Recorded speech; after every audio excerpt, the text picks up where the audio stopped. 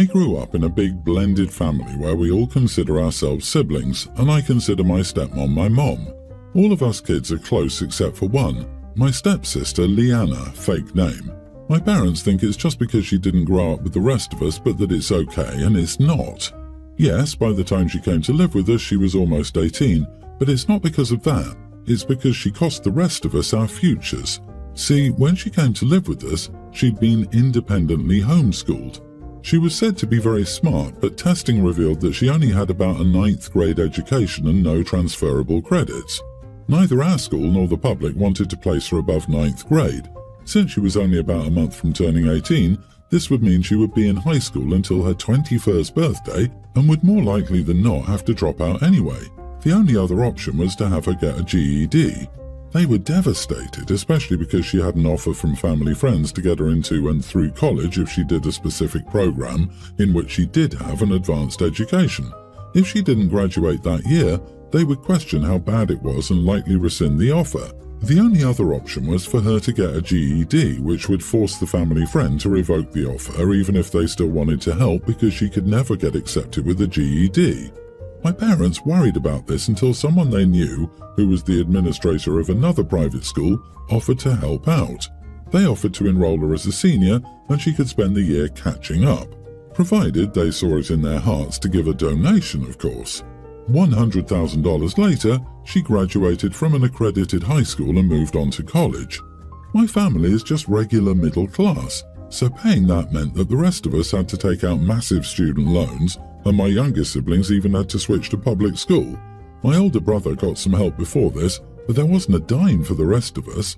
My parents justified it by saying that they had to do it because it was their job to give all of their kids as close to an equal start to their lives as possible, and this was the only option to do that for her. My mom asked why we all have strained relationships with Leanna, and it finally came out that, truthfully, we resent her for the enormous financial load she caused on us and the entire family. It's been 10 years, and she's never even tried to apologize or make amends, and it's grating.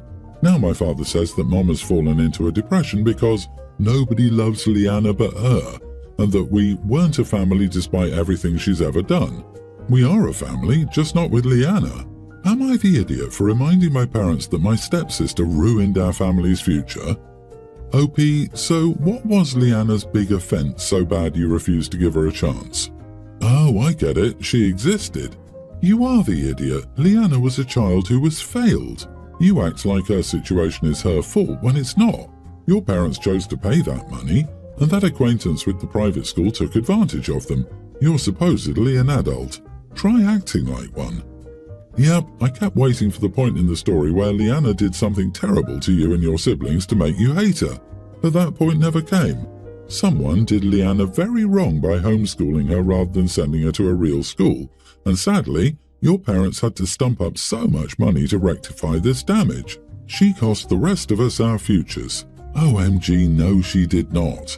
How unbelievably dramatic you are. It doesn't sound like your future has been destroyed because you went to college too, and if you really had massive loans, then your small share of that $100,000 would have barely made a dent.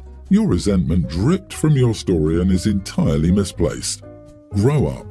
Yeah, 100,000 divided by at least 4 more kids would have been 25,000 each. It's a nice amount of money, but that barely covers 1 year of education. They would have had to take out massive loans anyway. Leanna may not have been the one to do the action, but she 100% knows that her siblings got nothing because she got so much. Leanna isn't an idiot. Maybe an "I'm sorry our parents failed you by helping me" would have been appropriate, but neither is OP. The parents are 100% idiots. I'm 5 months postpartum and our daughter is breastfed. My 30th birthday was on Thursday and I wasn't able to go out that day due to my husband working and no sitter, but he told me to make plans with my girlfriends for yesterday because he didn't work, and this way I could pump extra just to be on the safe side. This would have been the first time I'd done anything in over a year and a half. Anyway, Saturday morning his buddy wanted him to go snowmobiling with him, so he asked me if that was okay and I said yes, as long as he was back by 7 p.m. because that's when I was leaving. He said he'd be home a lot earlier than that. Well, around 4 p.m.-ish, I got a text from him saying that his buddy got the snowmobile buried because he went off trail and they were trying to dig him out. I reminded him I had plans to leave at 7, and told him to be safe and quick about it because they were an hour from his buddy's house on the trails. Needless to say, he didn't come asked, so I've not only started avoiding him but also giving him the silent treatment. He's now angry with me and saying I'm being childish and that this was a one-off. He's never done this before, so given that it's a one-time mistake, I should be more willing to forgive him. I understand that this is a one-off thing, but given that it just happened to fall on the one time I had plans that he told me to make, I find it wildly coincidental. Am I the idiot? Not the idiot. Start making plans to go out once a week. Your husband should be taking care of the baby, not a sitter. He needs to experience what it is like to take care of a baby, so go out to the spa on a Saturday, meet your girlfriends twice a month for dinner, go to the movies and take a fun class. It's your husband's turn to be a dad, and when he asks if he can hang out with his buddies on the day you have plans, the answer is no. He's uncomfortable with his guilt and is trying to manipulate you into being okay before you're ready. He doesn't care that he abused your time and feelings. He cares that his doing so is inconvenient. You're not giving him access to your companionship and intimacy. He seems to believe experiencing guilt or remorse is the punishment or doing the work. He doesn't get to decide when he gets forgiveness under the guise of cornering you to talk it out. Totally, I'm mad at you for being mad at me. Exactly. How dare you still care about my egregiously poor behaviour less than 24 hours ago? He acts like he forgot to pick up the dry cleaning. What he did would have left me unspeakably angry and ice cold. You didn't get to go out on your 30th, and he promised you that Saturday was your time to celebrate. He was a complete idiot. He made a very deliberate choice. Several. How do people end up in relationships with others they seem to hate? My 25 male sister Rosie, 29, and I had a very close bond ever since we were kids. Our parents got divorced and we used to live with our mom, who was an addict. She was abusive and neglectful. Through all that, my sister was my biggest rock. She protected, cared for, cooked and raised me till I was 13. Afterward, we started living with Dad and things got so much better. She passed away 2 months ago from ovarian cancer. We were prepared for it, but it was still obviously very hard. After her funeral, I told my girlfriend, she was staying with me for a week, her house had some work being done, that I was going to be spending time with my family. They lived close by that week. She was kind of salty about that, but it was sorted soon. I'm doing better now. Sis loved roses. Her name was Rosie too, so as a memory and to pay respect to her, I've decided to get a tattoo of a rose. Nothing big, just about 2 inches on my upper arm. My dad decided the same. I was telling my girlfriend about it and she got very angry and started screaming about how disrespectful it was to tattoo another girl on me. I told her it's my sister we're talking about and my dad's getting one too. She says that's different. She started screaming, so I walked away. She's now gotten a friend involved who says the only way I should get that tattoo is if I also tattoo my girlfriend's name on me, and she agrees. I think that's stupid as heck. We've been together for a year and she expects me to tattoo her name on me. She then proceeded to say how I must love her sister more than her, and I told her that's not a fair comparison and it's a different love. She isn't ready to listen. I don't know why she's so bothered by her. When my sister was alive, she lived close by too, and I used to visit her twice a month. Some siblings might not be close, but we've always been. It's not like we were touchy around my girlfriend because we were both not affectionate. My girlfriend thinks it's incredibly selfish and disrespectful to her that her boyfriend has some other girl tattooed on him. I don't see how. My sister and my girlfriend used to get along, but now she says sis is dead, so I need to let her go. So, am I the idiot? Oh my God, not the idiot, but leave her. That is absolutely wild behaviour. Rational people wouldn't act like that. This reeks of toxic insecurity, and this is not something you can work out rationally. Sorry about your sister. Your girlfriend is insane. Her friend propping her up is insane. Run. Jesus, another woman tattooed on you? Seriously? Wow, I'm speechless. You're getting a memorial tattoo for your sister, not some girlfriend or fling. If your girlfriend cannot tell the difference, that's on her. What she and her minions are demanding is unreasonable at best. She is definitely out of pocket on this. Reevaluate your friendship. Your sister just passed, and instead of being supportive of you, she's getting snotty about you spending time with your family and over a tattoo. This is not what a supportive partner looks like. And yes, run. This person needs to be your ex with good reason. You deserve better. Update. So, to sum it up, I ended it. She came over the same evening, getting out of the car, and asked me where I planned to tattoo her name. Yep, I didn't let her come in. I told her I didn't want to deal with her crap on top of missing my sister. I'm getting the rose tattoo and we're done. I've never in my life heard someone yell so loud out on the porch. She began accusing me of being in love with my sister and how we had an inappropriate relationship, which is why I miss her so bad that I'm ready to ruin our relationship. I'm so glad I left her, because what kind of sane person says something like that? I was so disgusted that I called her names and slammed the door in her face. I'm not proud of it, but it was so revolting even to think my girlfriend would think that about someone so close to me. She shouted for about 10 more minutes and then left. It's my sister's birthday tomorrow. I've made an appointment. My dad and I are getting the tattoo. Thanks, and have a good day. I don't know if food insecurity is the correct term, but it's the term he uses to describe what this is. Honestly, I've been with him for 3 years and this is the first I've heard of it. So I came into this relationship with 2 kids, a younger tween daughter and an older tween son. I didn't introduce my boyfriend and the kids until maybe 8 months ago, and lately Ben, boyfriend, has been coming and staying here with us more often than not. Sometimes he will spend days at a time here and only go home maybe once a week. Well, lately I've noticed little signs of weird food quirks of his that I'm not okay with.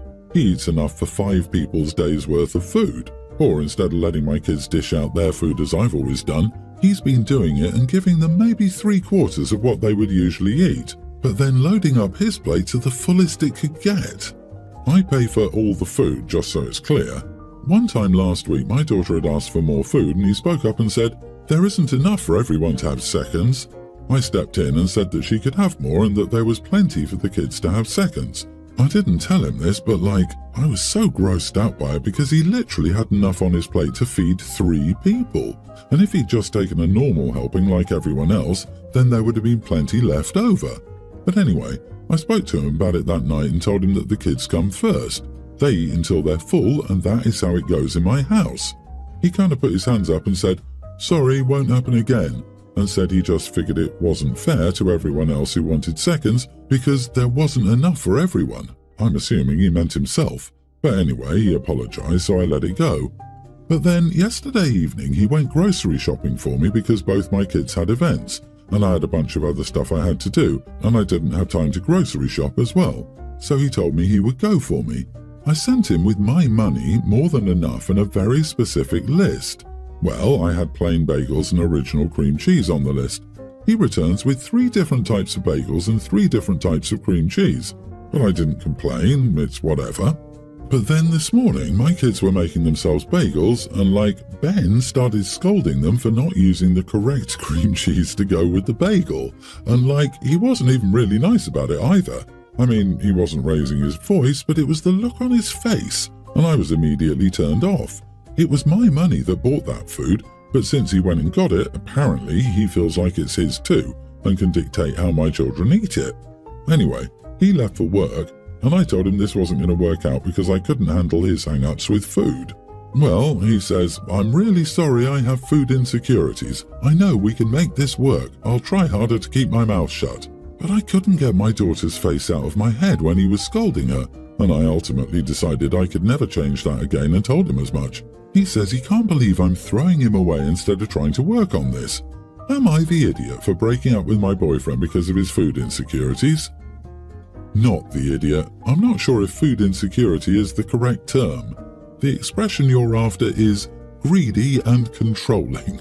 Get him out and keep him out before he starts telling your preteen daughter she's too fat and needs to restrict her calories. Your kids do not need this eating disorder generator in their lives. This is spot on, greedy and super controlling. He was doing his best to give your children disordered eating. Good riddance. Seriously, I'm tearing up just thinking about the awfulness she is almost certainly preventing her young kids from internalizing. Good job, OP. Kudos for putting your kids first. This It starts like this and then he'll be jealous of the time OP spends with the kids, of the money and gifts they get, and if he sees them as rivals now, there's no need to wait for the crap show when they're teens. He's trying to take the first place through food, and if this gets normalized, rest will follow. LOL, he's like this when it's your money. Imagine what it would be like if it were his. He's a prime example of cuckoo's nest syndrome. He has a problem, and he's making it your problem and your kid's problem. Get rid of him. Protect your kids. I, 48 female, am marrying my soon-to-be husband, 39. This is my second marriage. The first ended with my husband cheating on me and moving in with his mistress. He offered me a tidy sum to divorce him. I took that money and moved abroad where I met my now husband. My kids, 27 female and 25 female, are angry they were not invited to my wedding. They found out through extended family that I'm getting remarried. We got divorced 5 years ago, so they were 25 and 20. They were not little kids. They wanted me to be friends with my ex and his mistress. My ex wanted me to give my blessing for his relationship. Apparently, I was his best friend, and he loved me as the mother of his children, but he was in love with his mistress. He was shocked when I no longer wanted to contact him. My kids thought I should forgive him and be friends. They went as far as to invite me to lunch or dinner with them and then surprise invited my ex and his mistress. They would host family events with their SOs and lie to me that my ex would be earlier or later, so I didn't bump into him. Of course, he was always there. They cannot handle that he and I are no longer on speaking terms and want us to get along. Due to their behaviour, I'm not in contact with them. It's my choice. I have no desire to be friends with my ex and his mistress. Am I the idiot for not inviting my kids to my wedding? Not the idiot. The way your children have behaved towards you so far, I would be worried that they wouldn't do something wrong at the wedding. Also, I still think it's pretty cold-hearted and selfish for your children and ex-husband to keep confronting you about your ex-husband's cheating and asking for your blessing. What the heck is wrong with them? Your kids are over 20 and should know better. People say, my best friend, when they really mean my best doormat. OP, that all sounds sick and toxic. Your children should still know better at their age and start living their lives independently of their father's approval. It's sick of them to act like that without considering your feelings. Well, now they get what they deserve. Congratulations on your marriage.